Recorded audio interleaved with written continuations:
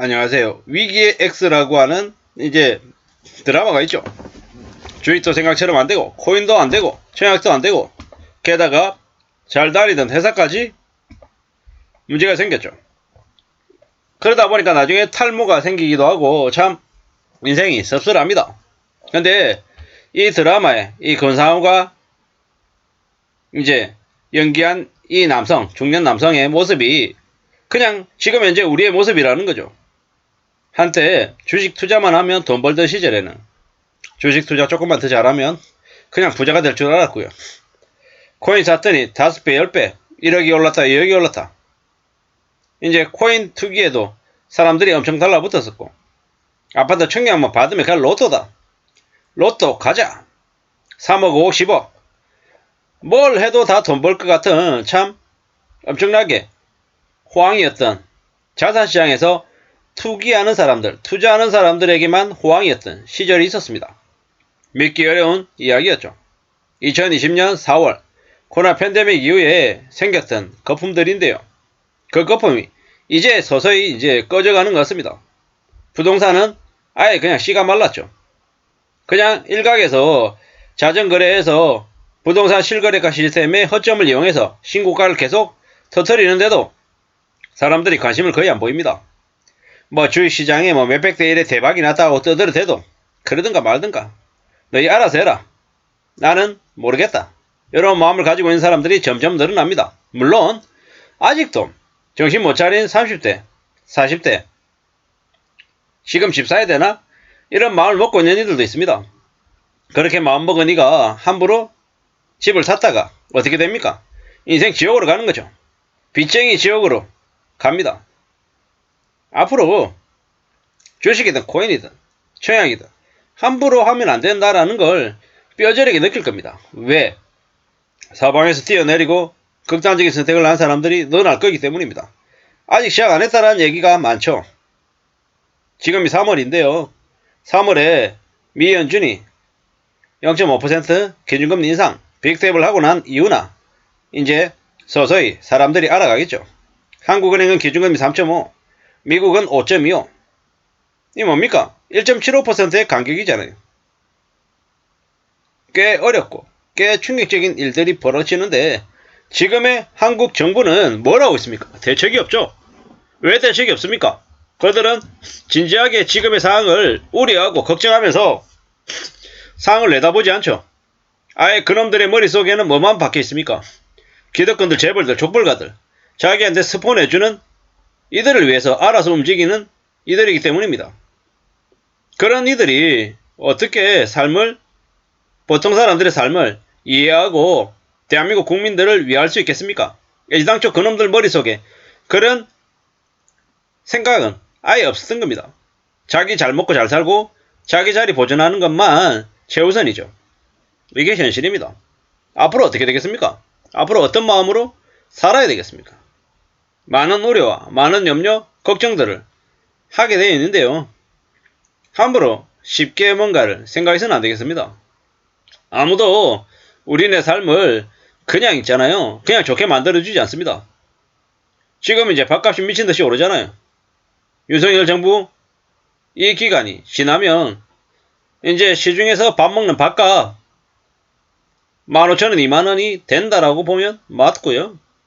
전기세 폭등하고 가스비 폭등하고 지하철 버스 요금 뭐 상반기에 안 올리니 어쩌니 얘기했지만 하반기 되면 올릴까요 안 올릴까요? 올리죠. 뭐 고속도로 톨게이트 비용도 올릴 거고 이래저래 이제 많은 것들을 다 올릴 수밖에 없다라는 거죠. 왜요?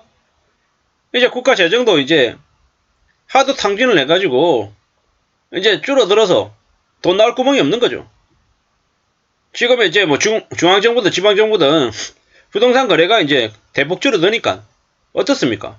세수 확보가 부족하잖아요. 그런 상황인데 대기업 재벌들 법인세까지 깎아줬어요. 법인세 깎아주면은 그 부족한 세수를 누구한테 깎겠다는 얘기입니까? 보통 사람들, 서민들한테, 만만한 국민들한테 삥 뜯겠다라는 거잖아요. 이게 현실입니다. 불편하죠. 나이 드신 분들, 60대, 70대들, 윤석열 최고, 보수 최고, 그랬는데 그들이 노인들의 혜택을 줄여가고 있어요. 진짜 씁쓸한 얘기죠. 못 사는 사람들, 가난한 사람들, 누가 자기들을 그래도 조금이라도 챙기는지 그에 대한 피아식별도 없는 거예요. 참 씁쓸한 얘기입니다. 나라가 어떻게 되려는 건지, 앞으로 어떻게 흘러갈 건지 점점 막막하고 앞이 깜깜하죠. 어쩌자고요? 어떻게 하면 좋겠나요? 어떻게 하는 게 우리의 삶을 지키는 길일까요? 매우 뻔하고 매우 당연한 얘기, 단순한 얘기를 한다라고 종종 사람들이 저한테 얘기합니다. 맞죠? 뻔하고 당연한 얘기죠. 근데 그 당연한 얘기를 우리는 잘 생각해야 됩니다. 왜냐? 실행하기 어렵거든요. 공부 열심히 하려면 어떻게 해야 된다? 엉덩이 무겁게 책상머리 앞에 앉아 있어야 된다. 남들 1시간 공부할 때 내가 3시간 공부하면 공부도 잘할 수 있다. 이 매우 뻔하고 당연한 얘기죠. 근데 그 당연한 얘기를 실천하는 사람 몇이나 됩니까? 실천하는 사람은 소수다. 물론 자기 집이 되게 잘 살아서 초특급 과외 선생이 3명 4명이 달라붙어가지고 쪽집게 강사처럼 핵심만 착착착 이렇게 찝어주고 이러면 당연히 성적 잘 나오고 더 좋은 대학 가고 좋은 직장에 취직하겠죠. 엄마 아빠 백으로. 근데 보통의 사람들은 그런 백이 없잖아요. 그럼 어떻게 해야 됩니까? 내 스스로 내가 좀 시간을 좀 더 들여야죠.